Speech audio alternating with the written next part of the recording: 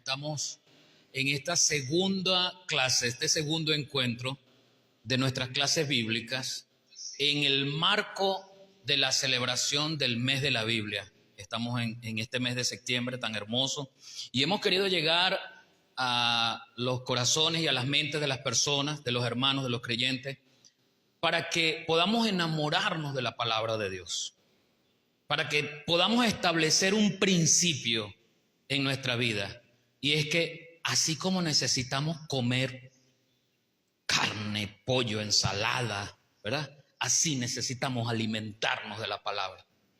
Y así como yo pienso, ¿será que mañana voy a comer porque tengo o no tengo? Así debería pensar, mañana voy a hacer mi estudio para comer. Eso es lo que queremos, ¿verdad?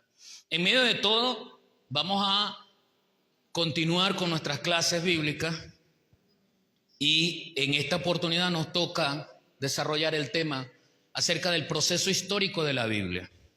Estamos enmarcando el tema para que usted y yo podamos comprender y valorar el proceso por medio del cual la Biblia llegó a nuestras manos.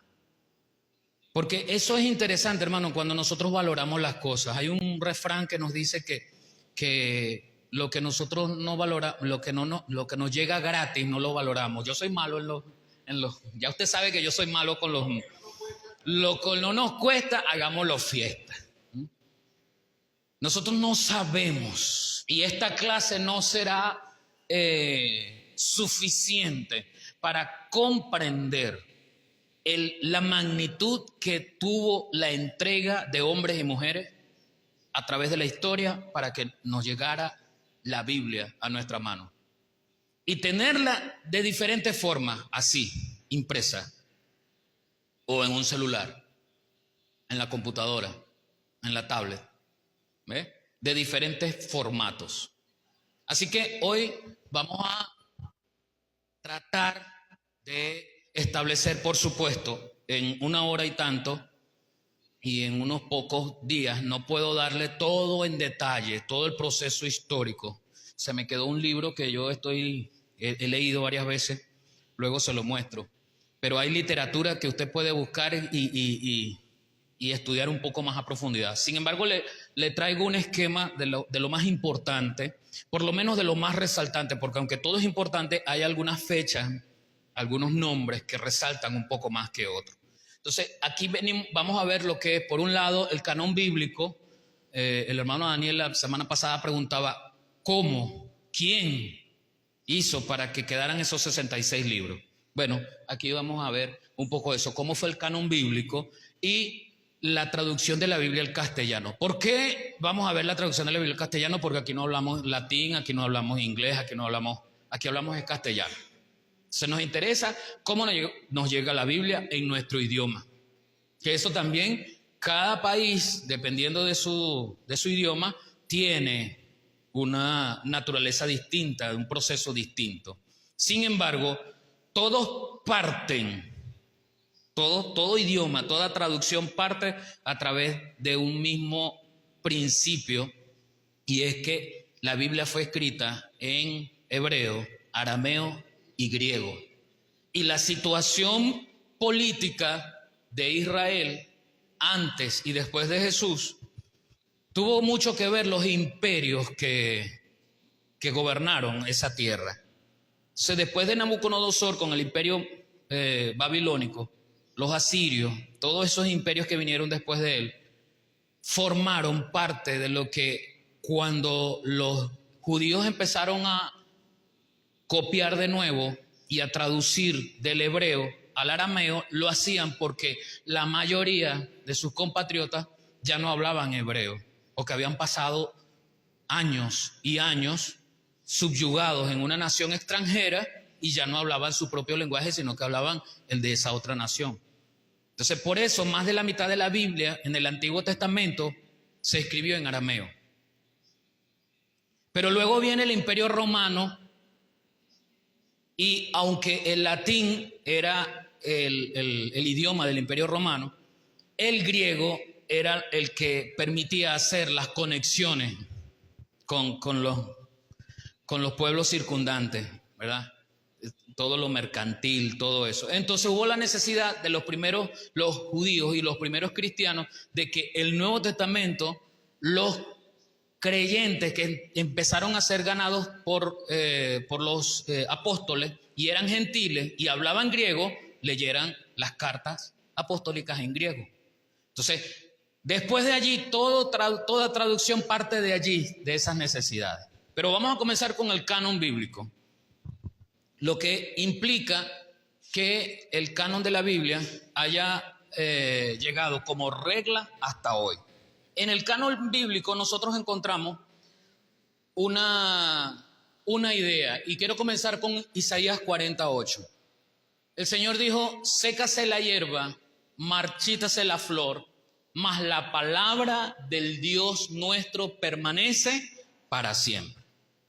Yo quiero que usted mantenga esto en claro, porque a pesar de que la mano del hombre está en la traducción, Dios dijo: la palabra, su palabra, permanece para siempre. Entonces Él ha cuidado la inalterabilidad de su palabra, aunque hombres como usted y como yo lo hayan traducido. Esos hombres también fueron inspirados por Dios y usados por Dios para que haya una traducción fidedigna a lo que Dios quiere llegar. De pronto no al escrito original, pero sí a la naturaleza, el mensaje que se quiere.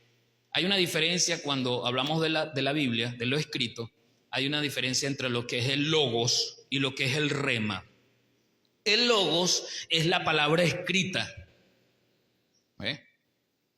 Sécase, ese es el logo. El rema, el logo, logo, no loco, no, logo, con G, logo. El logo es la palabra escrita, lo que leemos. El rema es el mensaje de la palabra, lo que quiere decir. Entonces allí, cuando nos habla de la hierba y de la flor, literalmente, aunque aparezca hierba y flor, el mensaje es que la ilustración de lo que sucede con la hierba y la flor, que se secan y se marchitan, no es como la palabra de Dios. O sea, ese es el mensaje, a eso se llama rema.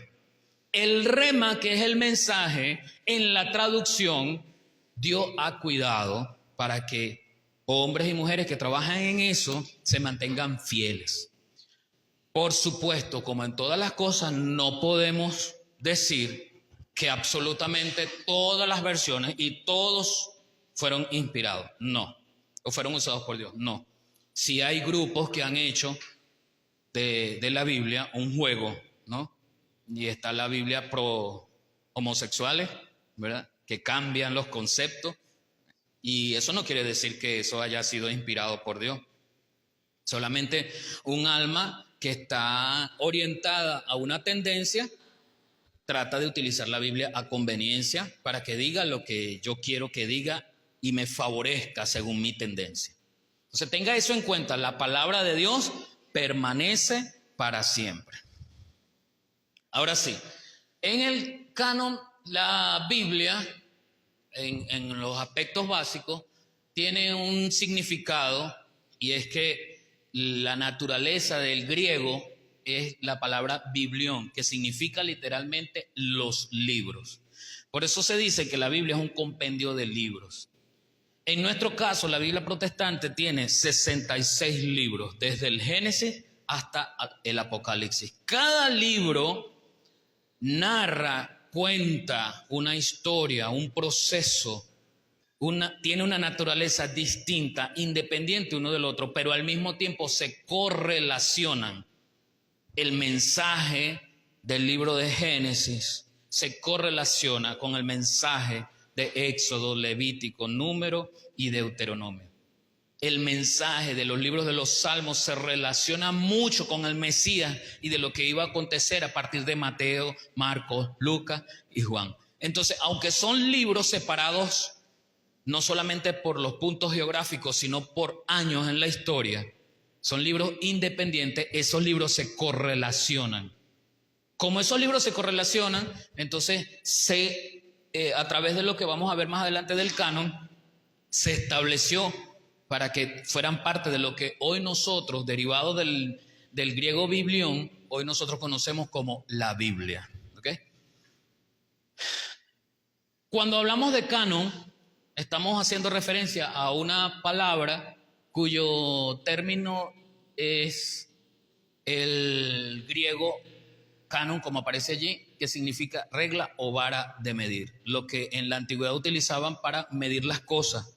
En otros diccionarios aparece el significado de lo que moralmente o éticamente se podía decir que estaba bien. O sea, con una regla, un conjunto de normas que se decía esto está bien, eso es canon, de allí se deriva la palabra canon.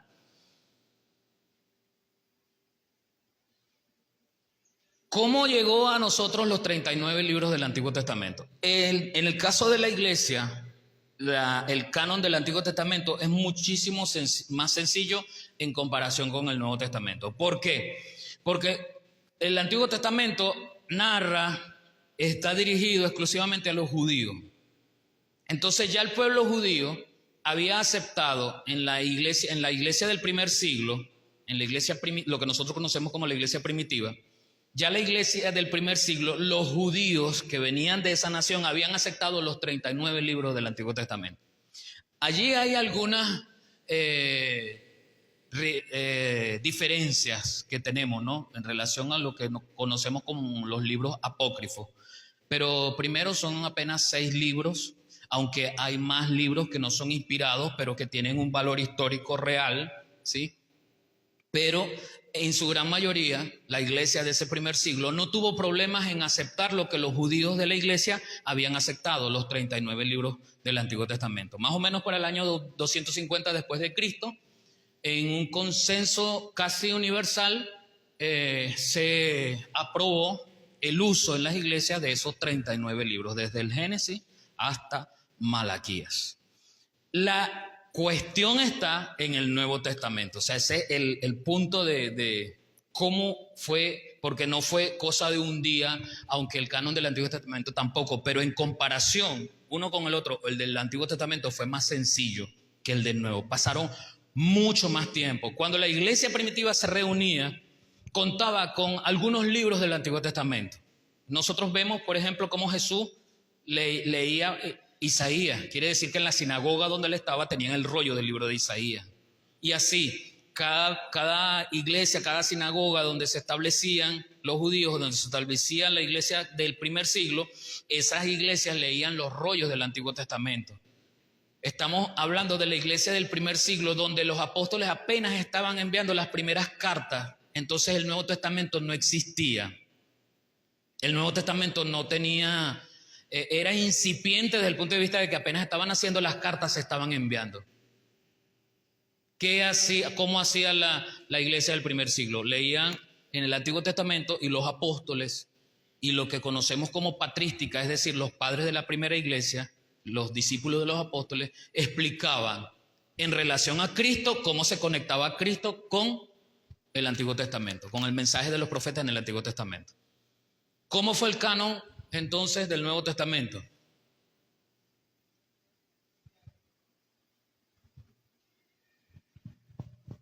Quiero comenzar diciéndole que Jesús comienza ese canon cuando él mismo hace mención a las escrituras en el Antiguo Testamento. Y él dice, por ejemplo, comenzando desde Moisés y siguiendo por los profetas, Jesús les declaraba, aunque no los leía, muchas veces no tenía los rollos para leerlo, sí hacía mención a lo que dijo Moisés, a lo que dijeron los profetas, y de allí agarraba una profecía y traía su cumplimiento al hoy.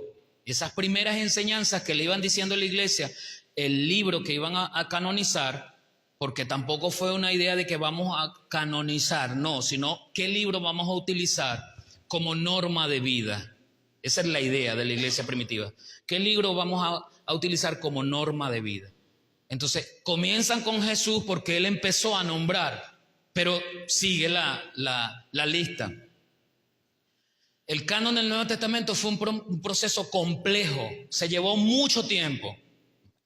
Como les dije, en el primer siglo el Nuevo Testamento no existía, apenas las cartas se estaban escribiendo y estaban siendo enviadas a las iglesias. Y los hermanos de Corintio, cuando recibían las cartas, hacían lo posible por compartirlas, pero no existía la fotocopiadora. Así que había que pasar por un proceso de copiado muy riguroso para poder compartir esa carta que el apóstol nos había enviado. Y así cada una de las sedes de las iglesias donde llegaron. Pablo consideró, por ejemplo, que los escritos de Lucas tenían tanta autoridad como el Antiguo Testamento. Eso lo habla Pablo mismo. El apóstol Pedro, que es uno de los principales apóstoles, porque fue discípulo de Jesús, pasa a ser parte de esos primeros enviados desde Jerusalén y por el Espíritu Santo hacia los gentiles. El apóstol Pedro reconoce las cartas del apóstol Pablo como parte de las Escrituras. Entonces hay dos autoridades allí de apóstoles que están reconociendo la inspiración de algunos libros y algunas cartas. Los padres del primer siglo, es decir, cuando hablamos de los padres de la iglesia, es un estudio de lo que nosotros comúnmente abordamos desde la patrística. Se estudian los padres de la iglesia primitiva o los padres de la iglesia del primer siglo. Directamente muchos de ellos fueron discípulos de los apóstoles. Fueron esos primeros hombres que quedaron después de la partida de la mayoría de los apóstoles. Ustedes conocen en algunos casos una muerte trágica, o en la mayoría de los casos una muerte trágica de parte de los apóstoles, y quedan sus discípulos que se convierten en esos primeros obispos, en esos primeros padres de las iglesias. Dentro de esos, algunos que podemos mencionar, por ejemplo, Clemente de Roma mencionó por lo menos 8 libros de los 27 actuales del Antiguo Testamento. O sea, él sigue invirtiendo estudio y diciéndole a la iglesia, estos 8 libros son reconocidos como inspirados. Ignacio de Antioquía reconoció cerca de 7 libros en el 115 después de Cristo. Ya la mayoría de los apóstoles habían muerto. Policarpo, un discípulo del apóstol Juan, reconoció 15 libros de los 27 del Nuevo Testamento, más o menos por allá en el 108 después de Cristo. Ireneo mencionó 21 libros en el 185 después de Cristo, de los 27 del Antiguo Testamento. Hipólito reconoció 22 libros entre el 170 y el 235 después de Cristo, de los 27 del Nuevo Testamento. Les estoy escogiendo así para que llevemos la idea de cómo entonces la iglesia posterior del segundo, tercero, cuarto, quinto siglo comienza a confeccionar los libros que tienen autoridad divina para gobernar la iglesia. Gobernar la norma de fe de la iglesia de la iglesia de Jesucristo. Hermano, iba a decir algo, ¿no? Los libros más controvertidos del Nuevo Testamento fueron Hebreos, Santiago, Segunda de Pedro, Segunda de Juan y Tercera de Juan. Sin embargo, en concilios más adelante se detalló la inspiración divina de estos libros y fueron agregados en cánones posteriores. Más o menos, ¿cómo se desarrolla el canon del Nuevo Testamento? Bueno, tenemos el primer canon que fue compilado en el año 170 después de Cristo, incluyó casi la mayoría de los libros del Nuevo Testamento actuales, con excepción de Hebreos, Santiago y Tercera de Juan. Eso se llama el canon de Muratori, el primer canon reconocido históricamente que hace un compendio de más o menos 24 libros del Nuevo Testamento. Luego tenemos el canon del Concilio de la Odisea, un concilio que de varias iglesias de diferentes denominaciones que declara que los 27 libros del Nuevo Testamento debían ser leídos en la iglesia, como norma, en las iglesias, como norma de fe y conducta de los creyentes. ¿Okay? Y luego tenemos el Concilio de Hipona y el Concilio de Cartago, más o menos en el 393, 397 después de Cristo, confirmaron la autoridad nuevamente de los 27 libros. Micrófono por allá, por favor. Más o menos de esos 27 libros del Nuevo Testamento. Pastor Ivy, cuando usted dice del canon y nos referimos al concilio de la Odisea, Ajá. ese concilio fue hecho por el pueblo judío, que eran los que conocían la ley, o nos estamos refiriendo al concilio ya de la Iglesia Católica? Es el concilio de la Iglesia Universal, Exacto. incluyendo lo que estaban haciendo de la Iglesia Católica Romana. Recordemos que la Iglesia comienza como la Iglesia de Jesucristo, ahí no hay denominación. La Iglesia empieza a migrar, el mensaje de fe empieza a migrar a diferentes regiones, rompe las fronteras del pueblo de Israel y va hacia los griegos, incluso hacia parte de Europa. Entonces se establecen iglesias importantes en esas Antioquía, Laodicea, Éfeso, ¿ve? Entre otros innumerables. Cada una de esas iglesias tenía un grupo ortodoxo de judíos convertidos al cristianismo y tenía gentiles convertidos también al cristianismo. Entonces, la llegada de esas iglesias es lo que se llama concilio, una reunión donde esa gente que era erudita, incluyendo a los judíos cristianos, o sea, convertidos al Señor, eran los que fueron moldeando parte de esa estructura. Entonces quiere decir que podemos decir fácil que ahí aplicaba lo que era la iglesia primitiva. Sí, por supuesto, era una iglesia que no estaba marcada por tendencias de hombre, separadas por doctrina de hombre. Recordemos que luego viene ahí desde el principio del siglo I, vienen las persecuciones, pero uno de los emperadores, después de 10, 11 persecuciones, uno de los emperadores, Constantino, hace la paz con la iglesia y casa el Estado con la iglesia. Y allí nace la representatividad de la iglesia más importante universalmente para ese entonces y se autodenomina la Iglesia Católica, que es lo que el católico quiere. La palabra católico es universal, pero al principio no se llamaba católico, no se llamaba evangélico. Es más, en Hechos dice que por primera vez fueron llamados cristianos y algunas personas les llamaban los del camino. Entonces no había denominación. Cuando Constantino, en el 325, que hizo el famoso concilio Nicea, ahí entra también ya la Iglesia Católica. Tomás. Sí, ahí comienza lo que es la escogencia del papado, los primeros papas, todo eso comienza a estructurarse a partir de Constantino. ¿Sí? Está bien, hermano, gracias por tu intervención. Entonces, pero esos concilios son concilios de iglesias de diferentes puntos geográficos, ¿no?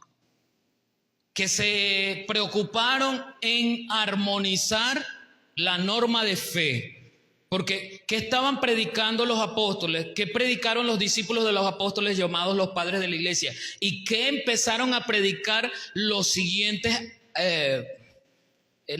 autoridades de la iglesia? Cristo, salvación, el reino de los cielos, arrepentimiento, pecado, justicia. Entonces se necesitaba ordenar esa norma de creencia entre todas las iglesias que tenían la denominación como cristianos. Esa es la primera denominación que aparece allí en la iglesia.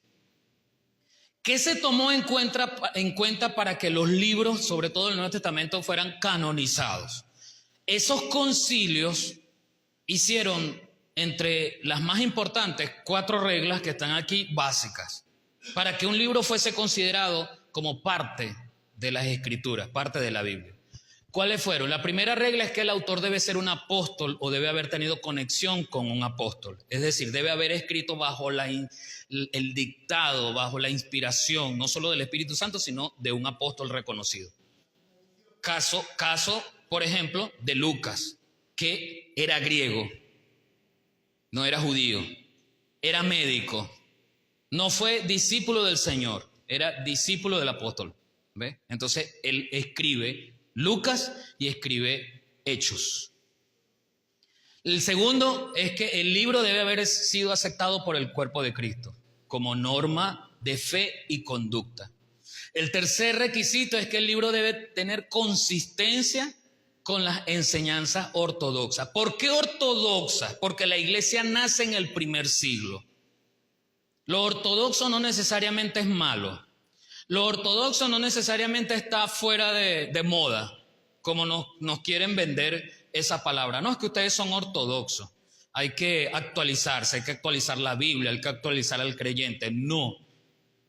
¿Ve? Lo ortodoxo en cuestiones doctrinales nos lleva al principio, porque Jesús nos llevó al principio.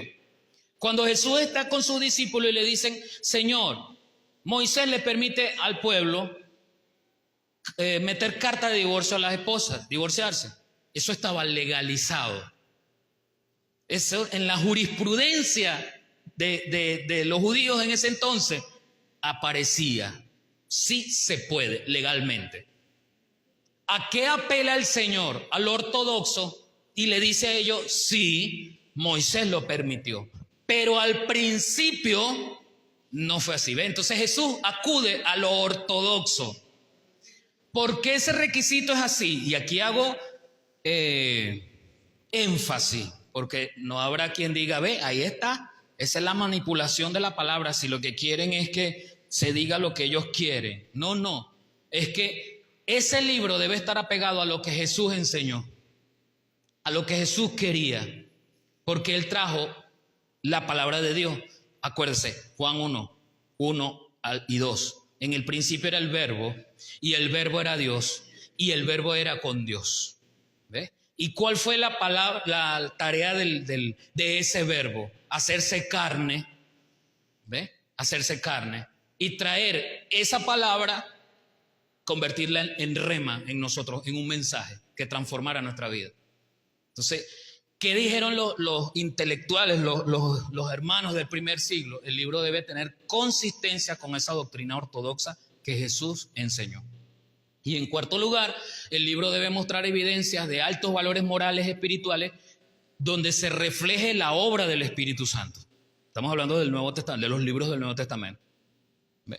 Entonces, hay libros históricos de mucha importancia que a veces se puede acudir a ellos, pero no tienen valor de la obra del Espíritu Santo.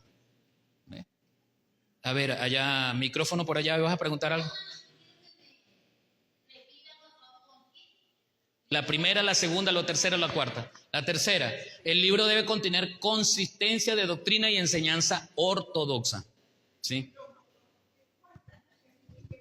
El cuarto dice, el libro debe mostrar evidencia de altos valores morales y espirituales que reflejen la obra del Espíritu Santo como autor divino. Esas eran las 4 reglas de esa vara que vieron al principio en el dibujito, canon, donde las iglesias que iban al concilio decidían, este libro es autoridad divina. ¿Por qué? Porque tiene esto y esto. Se habla de Jesús, de las enseñanzas de Jesús, aparece la relación del Espíritu Santo con el creyente y hace su obra divina. Fue escrita por un apóstol o un apóstol está auspiciando la escritura de ese libro. En fin, ellos consideraban eso. Por supuesto, en una reunión donde hay mucha gente, no todos están de acuerdo. De allí lo que para la Biblia protestante significan los libros apócrifos, que conocidos en la Biblia católica son libros deuterocanónicos, ¿ok? Son esos libros de Tobías, Primera y Segunda de Macabeo, Eclesiástico, Judí, ¿ok? Tienen valor histórico, sí, pero la iglesia del primer siglo, sobre todo a partir de la Reforma, conciliaron el hecho de que no tienen autoridad divina, tienen valor histórico, mas no autoridad divina. ¿Cuáles son entonces esos aspectos básicos? Eso en relación del canon. Pero estamos en historia, ¿sí? Vamos en historia. Hemos pasado el canon, ya la Biblia está tomando forma. Es como cuando usted está haciendo la arepa, ¿verdad? Apenas tiene el agua, colocó la harina, la sal y empezó a amasar y amasar.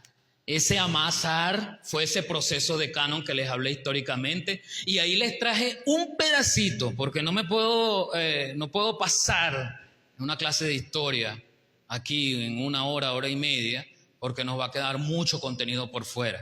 Les traje algunos fragmentos relevantes, algunos concilios relevantes de cómo se fue formando ese canon. Lo que yo quería que usted aprendiese es que no fue decisión de un momento, no fue unilateral, no fue ni siquiera en espacio de una década. Pasaron varios siglos las iglesias reuniendo, recibiendo revelación del Señor en función de qué libros tenían autoridad para ser aceptados como norma de fe y conducta para la iglesia y por supuesto para la humanidad.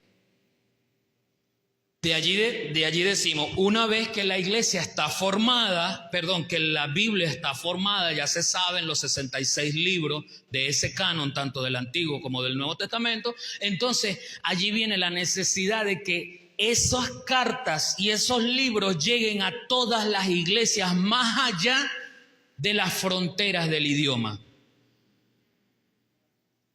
Tenemos el caso en Europa, tenemos el caso en el continente americano, donde la iglesia tenía que llegar al alemán, al francés, al castellano, al inglés, ¿sí? Eso fue un proceso también. Una vez ya colocado el canon, entonces la iglesia tiene la necesidad por la creciente y vertiginosa desarrollo, evolución, no me gusta mucho la palabra evolución, pero desarrollo de las misiones y alcanzando gente de diferentes partes del mundo. Esa gente tenía que poder leer las escrituras en su propio idioma. Había la necesidad entonces de traducir la Biblia. Pero tengamos en cuenta algo también. No hay actualmente ningún escrito original de la Biblia. No lo hay. Por lo menos no se ha encontrado ninguno. Hay copias muy antiguas, ¿sí? Pero yo creo que Dios ha guardado la fidelidad aún en esas copias antiguas. ¿Por qué hay copias antiguas? Primero, porque desde el Génesis a Malaquías, en esos primeros años donde cuando se nos narra, por ejemplo, Génesis 1, 2, 3, sobre el hombre, la formación de la tierra, el universo, todo eso, la escritura no estaba inventada. ¿Ves? Entonces, cuando se escribió Génesis habían pasado miles de años desde que ocurrió el principio de la creación. Cuando apareció la primera forma de escribir que es como yo les estoy mostrando allí, la primera forma de escribir en pergaminos, pero los pergaminos eran a base de piel de animal, que pasaban por un proceso y se hacían capas delgaditas y sobre él se escribía. En los primeros pergaminos se escribía con tinta hecha a base de sangre, ¿ves? No humana, pero de sangre animal. ¿Ves? Y luego eso se fue desarrollando, la tinta y todo eso. Lo que quiero decirle es que esos elementos naturales se pasaban por el proceso de corrupción, se podrían, se perdían. Además que, por ejemplo, en el asedio de Nabucodonosor a Jerusalén, cuando destruye el templo, mucho de lo que estaba allí en el templo contenido, que era original, se quemó. Y así, cada vez que una nación conquistaba el territorio de Israel, se quemaban esas copias muy antiguas. Luego las cartas de la iglesia que escribieron los apóstoles, esas cartas también, por la persecución de los emperadores romanos, esas cartas se quemaron porque mandaban a matar al cristiano, pero también mandaban a matar, a quemar las cartas de los apóstoles. Entonces, la Biblia sufrió una persecución y muchos libros se quemaron, se extraviaron, se perdieron. Pero el Señor siempre guardando. Entonces, bueno, dentro de los aspectos básicos de la Escritura, tenemos que en el siglo IV a.C. se usaba el pergamino formado por piel de animal. Se trabajaba de tal manera que se hiciese una capa fina y sobre ese se hacía la escritura. Luego, después de Cristo, en el primer siglo se dejó de usar el pergamino y se empezó a utilizar como en forma de códice, que es como el libro que tenemos hoy, ¿ves? Así abierto. Allí en la foto lo están viendo. La mayoría de los libros del Antiguo Testamento eran rollos. Entonces, cuando en las sinagogas el sacerdote iba a leer, escogía el libro que iba a leer y abría el libro y comenzaba a leer allí en el libro. Ya en el siglo I establecen el formato códice, que es el formato libro, y pegan los pergaminos para que quede así y queden todos los libros de una manera más práctica para ser usados. Antes de la imprenta, la Biblia se copiaba a mano. Acuérdense, no había fotocopiadora. Y la primera imprenta que se inventó Gutenberg, esa primera imprenta logró apurar o mecanizar el proceso de copiado de la Biblia. ¿Ok? Esto es importante que usted entienda a mano porque más adelante vamos a entender ese proceso de copiar los libros del Antiguo Testamento y del Nuevo Testamento. Recuérdese que Gutenberg inventó la imprenta, creo que en el siglo XV, año 1500 en adelante, y estamos hablando de la iglesia del primer siglo después de Cristo, año 100, año 200, año 300, todavía ahí no había imprenta, todavía las cartas y los libros había que copiarlos a mano. Dentro de esos hay una leyenda aceptada dentro de la comunidad judía y de la iglesia del primer siglo, que lo vamos a hablar más adelante, que nos narra acerca de cómo llegó el Antiguo Testamento en griego a las manos de la iglesia. El proceso de escritura de la Biblia lo llevaban a cabo un grupo de judíos llamados masoretas. ¿Quiénes eran los masoretas? Era exclusivamente un grupo dedicado a copiar a mano los libros de la Biblia. Levanten la mano si quieren para yo poderlos captar.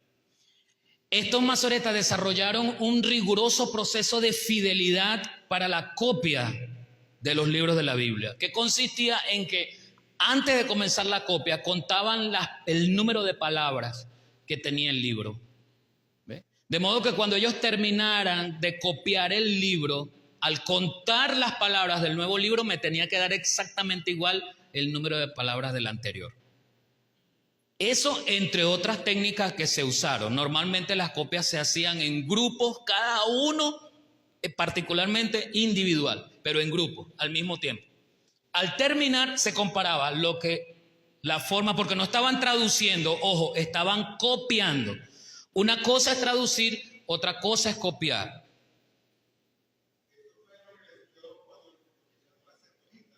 Sí, ahorita. Ajá, esa es la leyenda de la cual estoy haciendo referencia. Entonces, eso es un proceso también que, bueno, llevaba su tiempo, es un proceso que no era sencillo.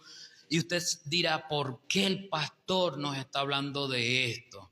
Le dije al principio, para que apreciemos a través de la historia cómo nos llegó esto aquí y lo valoremos. Porque hoy voy a la tienda y puedo invertir X cantidad de dinero comprando esto, además de la libertad que tengo para comprarla. Primero, hay países actualmente donde no hay la libertad de tenerla. Segundo, en este tiempo, el creyente no podía ir a una tienda y decir, deme una Biblia, deme el Antiguo Testamento, deme el Nuevo Testamento. No. Por eso estamos hablando de todo este proceso para que veamos lo bendecido que nosotros estamos con la Biblia en nuestras manos hoy. Entonces, hermano, tenemos que amar la palabra, escudriñar la palabra, centrarnos en ella para que ella sea la norma de nuestra conducta y nuestra fe. ¿Cómo se origina entonces? Estuvimos hablando, hasta la lámina anterior estuvimos hablando de lo que es el idioma extranjero. Vamos a ver entonces cómo desde ese idioma nos llega a nosotros hoy, a nuestro castellano, porque eso también tiene un nivel de importancia, tiene una explicación. Le dije que después de los eventos de Hechos 2, ¿se acuerda? Cuando narra de la iglesia que está comenzando, 300 personas, llega el Espíritu Santo, se convierten, allí comienza una explosión evangelística. En ese mismo lugar, donde estaban 120 personas, dije 300 anteriormente, pero eran 120 personas, Esas 120 personas representaban personas de diferentes partes del mundo conocido en aquel entonces, que hablaban diferentes idiomas. Cuando los apóstoles, los discípulos comenzaron a ir como misioneros a esos idiomas, a esos sitios, a esos países, empezaron las iglesias a nacer allí.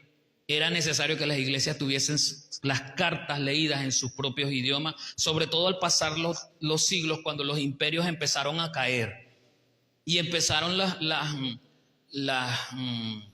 los países a hablar su propia lengua natal. Era necesario que cada Biblia, cada libro estuviese en las manos traducido en esos idiomas. ¿Qué dice Romanos 15:4? Porque las cosas que se escribieron antes para nuestra enseñanza se escribieron a fin de que por la paciencia y la consolación de las Escrituras tengamos esperanza. Pero no podemos tener esperanza si no lo leemos. Y para leerlo tiene que ser en el idioma en que yo sé, que yo nací, que yo manejo. En nuestro caso, el castellano.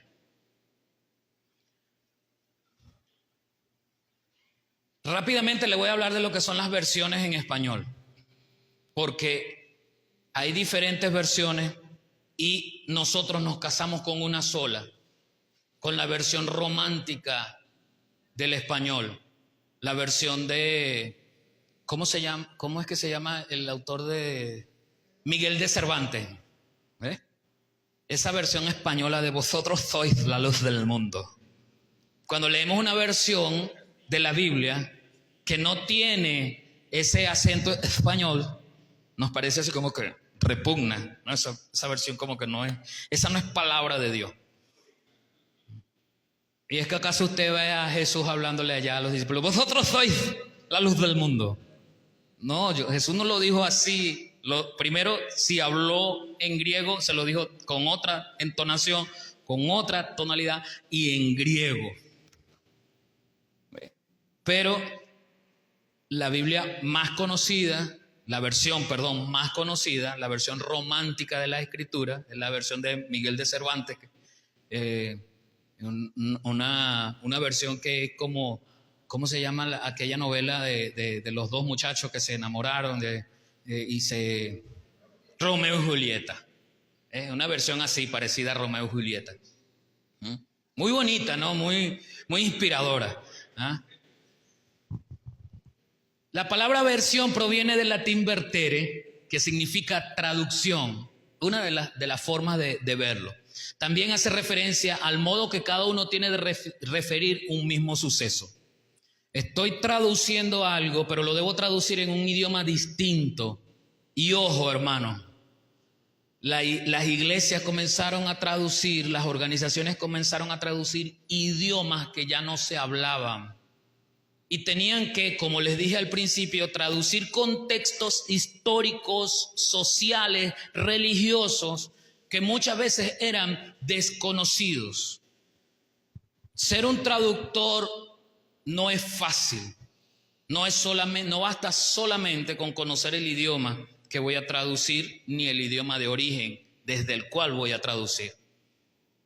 Se necesita esa visión de contextualizar el mensaje que se está queriendo dar porque voy a utilizar palabras distintas que en el idioma original. Cuando usted ve en algunas versiones, le invito que vaya a Google, por ejemplo, o si tiene la Biblia interlineada griega, la traducción literal desde ese griego es como cuando uno llamaba que uno machuca el inglés, o que los gringos están aprendiendo a hablar castellano. Entonces no dicen yo voy hacia, sino yo ir para, ¿ves? Porque no saben conjugar. Así se leen esas versiones en griego, en el castellano. Puesto esas palabras así, no tienen sentido. Eso es traducción literal. Si no tienen sentido, ¿cómo voy a entender? Entonces el traductor tiene que enviar el mensaje original traduciéndolo a nuestro castellano, pero que tenga sentido para nosotros. Lástima, no le traje un ejemplo que comúnmente utilizamos, pero bueno, quedo en deuda con eso. Lo que decía Freddy hace un rato, Esta es la versión de la Septuaginta. Hay una leyenda que habla de que la versión del Antiguo Testamento traducida del hebreo y arameo al griego en el año 250 fue realizada por 70 ancianos, 70 judíos, que fueron comisionados para traducir al griego y lo hicieron bajo las reglas que les comenté hace un rato. Lo hicieron cada uno desde su lugar para luego compilar esa traducción y ver lo más fiel. Es desde allí parte la mayoría de las traducciones que nosotros conocemos en las versiones de hoy, parte de esta versión llamada Septuaginta. Tenemos versiones primitivas desde el 250 al 400 después de Cristo, versiones como la versión de Aquila, Símaco, Teodosín. Tenemos más adelante la versión Peshita, significa en siríaco simple, es una traducción del Antiguo Testamento del original griego. Hebreo al griego. Tenemos la versión ítala en latín, es una traducción de los latinos de Italia aproximadamente en el 250 después de Cristo. Fue traducida directamente de los textos originales de la Septuaginta, donde se agregaron los libros apócrifos. Poco más adelante tenemos la versión Vulgata latina. Un obispo de Roma, Damasco, encomendó a Jerónimo, un católico destacado de su tiempo, a que preparase la versión oficial de la Biblia y dedicó 20 años de su vida entregados a la traducción de la Biblia oficial, la cual se llamó la Vulgata latina. Muy conocida también, muy utilizada también ampliamente a partir de allí para versiones posteriores. Tenemos versiones más contemporáneas, más actualizadas, son del año 400 después de Cristo hacia acá. La Biblia alfonsina fue la primera Biblia traducida al castellano en 1280, fue traducida la Vulgata latina. Por supuesto, como fue traducida la Vulgata latina, contiene los libros apócrifos. Esa versión alfonsina fue traducida, pero acuérdense que no habían inventado la imprenta.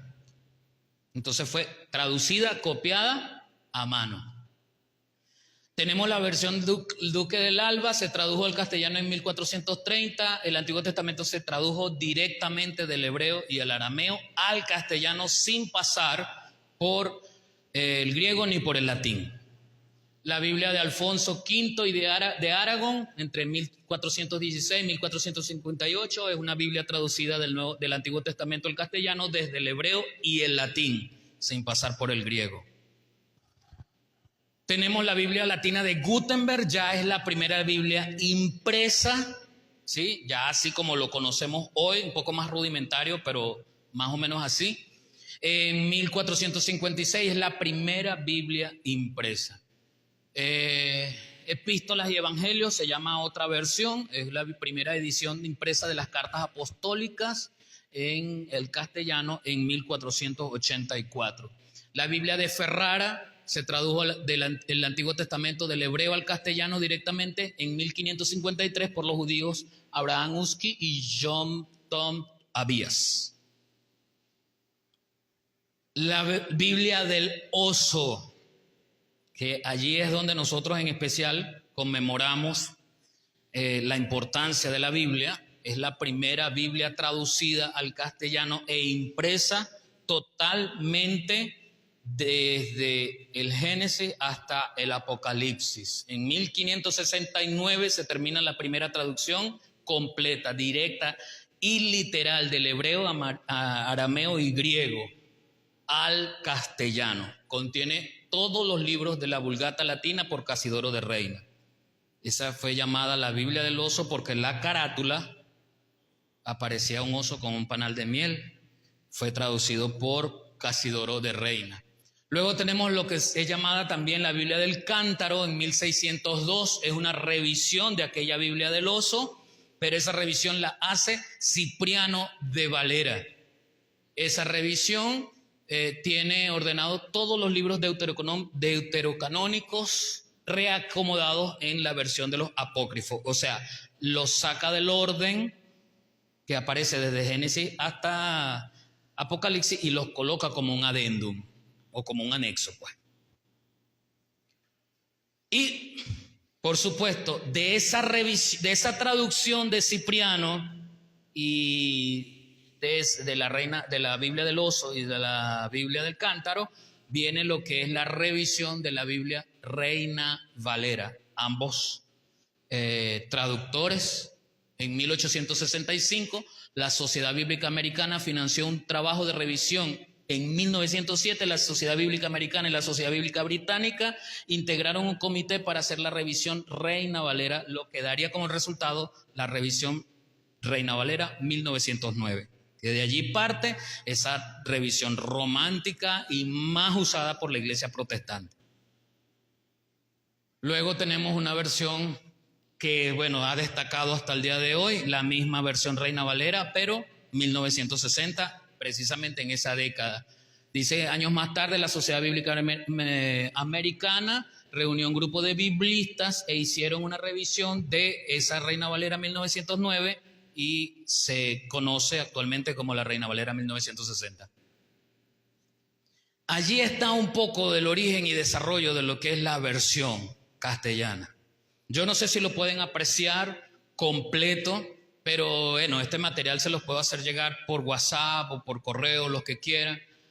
Pero como les dije, aquí aparecen los manuscritos originales, de los cuales les dije no hay ninguno, pero tenemos las copias más antiguas. Hay 3 tipos de copias antiguas. Está el Códice Sinaítico, el Códice Alejandrino y el Códice del Vaticano. Más o menos entre el año 400 y el 340 después de Cristo. Ahí comienzan las copias más antiguas, versiones de la Biblia más antiguas, la Vulgata Latina, lo Masorético, el Alba, el Oso, y cada una de las versiones que les narré hasta llegar a lo que nosotros conocemos hoy como la Reina Valera 1960. No, hay revisiones más actuales que se los voy a mostrar ahorita. Sí, pero le estoy hablando de lo más conocido, lo que nosotros conocemos más, cómo nos llegó al castellano, ¿verdad? Cómo fue traducido, y la versión más utilizada por las iglesias es la versión Reina Valera 1960. Hay quienes dicen que es la versión que tiene más errores. Yo no diría errores como tal. Yo no sería capaz de hacer un juicio a priori de la naturaleza de los errores que alguien pudiese decir que tiene la Biblia Reina Valera 1960. ¿Por qué? Porque yo no soy traductor. Me hace falta currículum. Me hace falta camino para poder hacer una crítica al respecto. Pensando en lo que les estoy diciendo, el traductor debe pensar no solamente en traducir al pie de la letra, literalmente lo que está entendiendo desde la versión original. Él tiene que pensar en la comprensión de la lengua a la cual está haciendo referencia. Entonces, tenemos aquel famoso versículo en la Reina Valera que dista mucho de la versión textual, por ejemplo, en Romanos, cuando nos dice, todas las cosas nos ayudan a bien. Esto es los que, conforme a su propósito, son llamados. Los que no andan según la carne. El siguiente versículo lo aclara. La Biblia textual, que es una Biblia de traducción más contemporánea, ahorita se las muestro, no tiene esa última parte de ese versículo porque no aparece en el original. La Reina Valera sí. ¿Qué está haciendo el traductor? Está empeñado en incorporar la idea de que le va bien todas las cosas, es al Hijo de Dios. ¿Ve? Solo que hace una redundancia en ese texto porque el siguiente ya lo explica.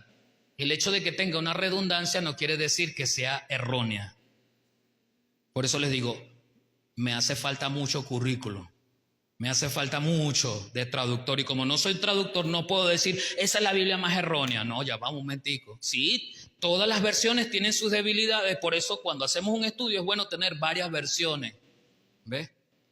Es bueno tener varias versiones. Porque todas las versiones tienen sus debilidades, algunas redundan, otras sacan, otras no sacan. ¿Ves? ¿Iba a decir algo? De la Reina Valera es que en muchas partes pone el Espíritu Santo con minúsculas. Hay errores gramaticales que en algunos casos, algunas versiones, aparece Espíritu Santo con minúscula. Ya allí, bueno, pudiese ser tipografía, no sé. Pero la cuestión es esa. La cuestión es entender la realidad y la naturaleza de la traducción de la Biblia. Eso es algo que no es fácil, no fue fácil. ¿Ve? Si hay grupos, personas malintencionadas que quieren tergiversar, sí, eso no lo pongo en duda. Pero también debo creer que el Señor hace su guarda y custodia del mensaje puro de la palabra impreso allí. El micrófono allá, Oscar, por favor. Pastor David, la más conocida que conocemos nosotros es la Reina Valera, pero después de la Reina Valera, hoy en día en la actualidad hay muchas Voy a versiones. eso ahorita, voy a eso ahorita. Pásalo, por favor. Mire, aquí hay otras versiones más modernas, finales del siglo XX y lo que va del siglo XXI. Ay, perdón, hermano, perdón. No quería interrumpirte. La pregunta mía es, ¿por qué se ha permitido? Y ahí nos ponemos a ver todas esas, como se dice, todas esas traducciones y son totalmente diferentes una de la otra. Entonces, bueno, y hay palabritas que a veces comprometen mucho. No diría que son totalmente diferentes, hermano. No son totalmente diferentes. O la traducción. No son totalmente diferentes. Solo que hay palabras que nos están diciendo el punto de vista diferente. ¿Ok? ¿Qué sucede? Que la traducción fue un poco más apegada a lo literal y el contexto me está ayudando. Pero todo nace de haber obtenido, o sea, la posibilidad de mejorar la traducción viene del hecho de que yo comencé leyendo alguna Biblia, por ejemplo, la Biblia del Oso. Si no tengo esa comprensión inicial, ese ABC de allá, ¿cómo voy a mejorar hoy? Pero lo que guarda el Señor es el sentido del mensaje. Por ejemplo, nosotros sabemos que el mensaje del arrepentimiento del creyente lo lleva a la salvación. Cuando se arrepiente, confiesa su pecado, la sangre de Cristo limpia los pecados de su vida, es aceptado como hijo de Dios. Ese es el mensaje que tú ves en todas las traducciones, o por lo menos en la mayoría. ¿Ves? Que lo diga con una palabra, que lo diga con otra. Para eso está el hecho de poder juntar varias versiones, poder leerlo, como lo dice allá, como lo dice aquí, por qué lo dice. Ese es un proceso que lleva tiempo, hay que escudriñar. Repito, porque la Biblia no fue escrita para venezolanos ni por venezolanos. ¿Sí me explico, hermano? Las versiones más modernas, finales del siglo XX y lo que va del siglo XXI, tenemos por ejemplo la Biblia de las Américas 1973, la nueva versión internacional del 99, la traducción al lenguaje actual 2003, la nueva Biblia al día 2008, Palabra de Dios para Todos 2005, nueva traducción viviente 2009, Biblia textual la cuarta edición 2015. Por supuesto, esto es muchísimo más grande. Le traje algunas como muestra allí. Hay revisiones más actualizadas. Yo no puedo decir que mejores, solo que trae un estilo más fresco del castellano.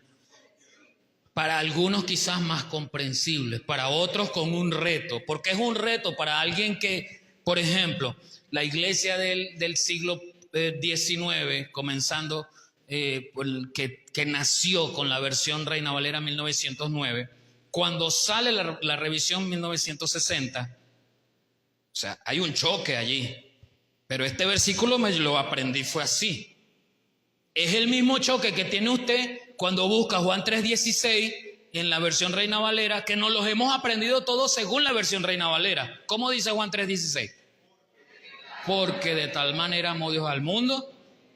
Ajá, pero usted lo busca en la Biblia textual, en la PDT, en la NBB, y lo dice diferente. Entonces a usted le choca. Dice, no, esto no es palabra de Dios. Nos negamos. Pero si yo escudriño el mensaje que está allí, me está diciendo exactamente lo mismo, pero me lo está diciendo con otras palabras. Yo tengo que escudriñar. pero nosotros tenemos flojera de estudiar. Por eso es que es diferentes versiones. ¿Ves? Ah, que sí, hay versiones que han sido con mala intención, han sido traducidas, obviando nombres específicos, ¿verdad? Por ejemplo, homosexualidad, ¿verdad? Lesbianismo, adulterio, fornicación. Ah, ok, porque han querido suavizar. Sí. Bueno, pero para eso me voy a otra versión, ¿ves? Y en esa versión sí está más claro. Porque aunque en el Antiguo Testamento no aparece la palabra homosexualidad, en el versículo que dice de los malditos los varones que se echan con varones, allí está la esencia de lo que es la homosexualidad. ¿Sí me explico? ¿Ves? Entonces el mensaje es el mismo, allí está. Por eso les ponía el ejemplo, esa iglesia de principios del siglo XIX que nace con la versión Reina Valera 1909, cuando ve el cambio de la misma revisión, pero en 1960, dice, oye, aquí está pasando algo, me están cambiando la Biblia. Esto no es palabra de Dios. Pero la iglesia de hoy nos casamos con la versión Reina Valera 1909 de 1960 y cuando leemos otras versiones decimos, no, esto no es palabra de Dios, es que la palabra de Dios es la 1960. Eso no es palabra de Dios, eso no es palabra de Dios. Entonces, allí tenemos algunos ejemplos de lo que es las versiones modernas y se establece para nosotros un principio. Hay que escudriñar la fuente, hay que ir a la palabra. Si usted tiene la oportunidad de tener varias versiones, bien, pero si no puede tener varias versiones, hágalo con su Biblia. Y cualquier cosa, para eso la palabra dice que nosotros nos ayudamos. Haga un grupo de estudio bíblico, hable con el pastor, que le aclare la duda. Pero hermano, mire, la mayoría de nosotros tenemos un aparatico. Salga del TikTok, salga del Instagram y vaya un momentico ahí en Google, ¿verdad? Y lo tienen físico. Y usted dice, bueno, voy a ver cómo lo dice la Biblia textual. Y lo busca en la Biblia textual, pácata. Entonces, hoy, hermanos, no hay excusa para decir, es que yo no tengo plata, no tengo un diccionario, no tengo una Biblia, no tengo más plata para comprarme otra Biblia. No, no es necesario. Baje una app que traiga multiversión y haga las comparaciones desde allí. Esa es la idea. Ese es el propósito, que nosotros podamos entender, hermanos, que si nosotros queremos armonizar nuestra vida con Dios, con lo que Dios quiere, porque Él es nuestro Padre, Juan 1:12, más a todos los que le recibieron, a los que creen en su nombre, les dio potestad de ser hechos. Como hijos estamos llamados a obedecer a nuestro Padre. Pero si no conocemos a nuestro Padre y no vamos a la fuente que nos dice cómo es nuestro Padre y qué quiere nuestro Padre, ¿cómo vamos a obedecer? Tenemos que ir a la fuente. Tenemos que recurrir aquí. Porque si no, cualquier persona vestida de integridad, vestida de piedad, vestida de santidad, nos engaña. Y siempre le voy a decir dos cosas importantes. El hecho de que yo esté aquí, Eiby Castillo, no quiere decir que usted se va a conformar con lo que yo le diga. Vaya a su casa y vuelva a repasar, a ver si yo no me equivoqué. Porque es que lo inequivocable está aquí, no aquí. Y lo segundo es, todo mensaje que usted vea, tiene que ser, si es nutrido, tiene que ser un mensaje cristocéntrico. Porque la Biblia es cristocéntrica desde Génesis hasta el Apocalipsis. Si el mensaje que yo estoy transmitiendo, enseñando, predicando, mostrando, no incluye la obra de Cristo, eso no es un mensaje que edifica. Y por supuesto, le voy a dar otra perla. Si yo voy a enseñar en el manual, yo tengo que utilizar el manual. No puedo utilizar otra cosa que no sea el manual. Yo no puedo pasar 45 minutos sentado o parado aquí tratando de predicar en función de las experiencias vividas por mí en Japón, en España, en Chile, allí mismo, ¿cómo se llama? En Apure. No. Mi enseñanza tiene que ser en la palabra, no en función de cuando yo fui, cuando yo estaba, cuando... Entonces, hermano, eso se permite en la medida en que nosotros pasemos tiempo de valor con la palabra. Amén. Amén. ¿Alguna pregunta? ¿Algo que añadir? El próximo fui muy rápido. Por allá hay una, va a añadir, hermano. No, dos cositas allí, hermano. Gracias a Dios por la enseñanza, ¿verdad? Comenzaste con un pasaje muy importante, ¿verdad? De Isaías 48. Marchítese la hierba, séquese la flor, pero la palabra de Dios permanece para siempre. Muy importante, hermano. Gloria al Señor. Al inicio, casi al comienzo, se hablaba de la patrística de los padres de la iglesia y se hablaba ya se me fue con un poco la idea, pero del argumento que el hombre hace, ¿verdad? De manera general, el hombre quiere negar la palabra de Dios. La palabra de Dios ella misma se defiende con ella misma para la gloria de Dios y nos hace a nosotros salir victoriosos en Cristo Jesús. Entonces es importante. En estos días escuchaba yo decía que un mesiánico, pero no es mesiánico, ¿verdad? Pero un grupo, vamos a darle, judaizante, decía, es que las cartas que fueron escritas por el apóstol Pablo no son doctrinas, por decir algo. Wow, entonces un pensamiento como eso, ¿verdad? Meter eso dentro de la iglesia, o lo que nos quieren decir la iglesia católica, por decir algo, la tradición de la iglesia. Entonces ellos quieren hacernos creer que la tradición de la iglesia, cuando se habla de la patrística, están pensando que son los papas. Entonces no es eso. Es aclarar que la patrística eran los hermanos que iniciaron con los discípulos y siguieron esa tradición, pero sana, en el nombre del Señor. Entonces, en ningún momento se quiere decir que las cartas no eran doctrina. Es lo que quieren negar, es que realmente negar al Señor Jesucristo, negar el Nuevo Testamento, porque lo que tú decías desde un inicio, el Nuevo Testamento ha costado más realmente en estos últimos tiempos para que se sostuvieran por aquello del canon. Entonces ellos quieren reconocer a los 70 de allá de la Septuaginta y negar el Nuevo Testamento. Pero es un principio satánico de la misma Iglesia Católica, porque quieren negar el Apocalipsis, para no hablar de la ramera, para que se niegue toda la demanda que el Señor tiene sobre la humanidad. Entonces Dios nos ayude y nos guarde, hermano. Muy importante el estudio, que Dios nos siga ayudando. Amén. Amén. Entonces que tengamos cuidado. No todo lo que se vende en el mercado es bueno. Yo en los últimos tiempos he escuchado de los grupos mesiánicos censurar la Reina Valera y decir que tenía errores. Está aclarado aquí, gloria a Dios. Y inclusive escuché de hermanos que salieron de nosotros acá decir no, porque nosotros nos enseñaron con la Reina Valera y la Reina Valera tiene muchos defectos y eso estaban equivocados. No, de ninguna manera. Si aprendimos de los líderes que nos enseñaron para la gloria de Dios y hasta aquí el Señor nos ha ayudado, es porque se sostuvieron en la palabra. Gloria a Dios por eso. Amén. Yo le voy a confesar algo. Los mensajes que yo preparo, la clave de los mensajes no lo hago en la versión Reina Valera, pero no porque crea que ella tiene errores.